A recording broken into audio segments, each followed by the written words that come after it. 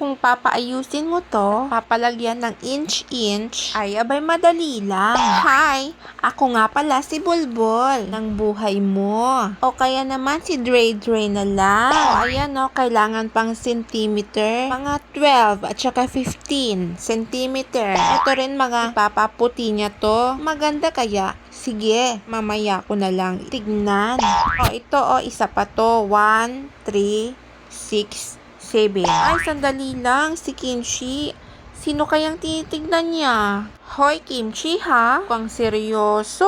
Tignan mo nga sa harapan kung sinong kaaway niya. Ay, alam ko na ang kanyang best friend. Ay, sige. Bigyan na kita ng pagkakataon. Sige. Sabihin mo na, how? How? Para matakot sa'yo. Hindi yung magtititigan na lang kayo. O siya, dito na tayo. Ng mga kailangan ko para maayos. Ayun yung pagiging tubero. Para naman maging okay ako paglaki ko.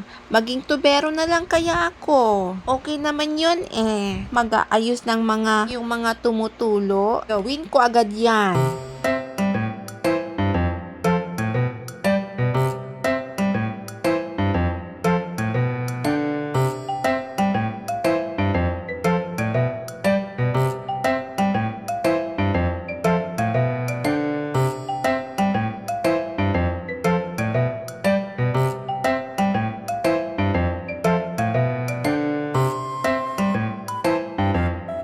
Ayan na, okay. Paputi itong sasakyan. Ay, nako. Nahulog. Ayan naman eh. Pero hayaan mo na. Bata pa naman ako eh.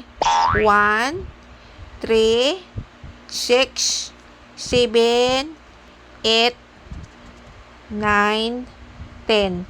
10 na cardboard. Kailangan. Ay, nako, maupo muna nga ako. Kakapagod yun na. Siya, meron siyang dumbbell dito. Suklay. Ginagamit pala ito ni Tita Joy. Hanap pa ako ng piso. Hala, piso nakakabawas din yun, no? Kaya naman, pagiging piloto, yan talaga ang pangarap ko. Hay nako, ang tagal-tagal ko namang lumaki. Parang Tita Joy ko, ayan o, laki-laki na niya. Para piloto na ako, wala na silang isipin. O diba, nakakatuwa? O pala, itong mga bato, hihiwalay ko yan. Okay, basta buhangin, bato. Buhangin, bato. O siya, huwag niyo pong kakalimutang i-share. Bye! Follow for more!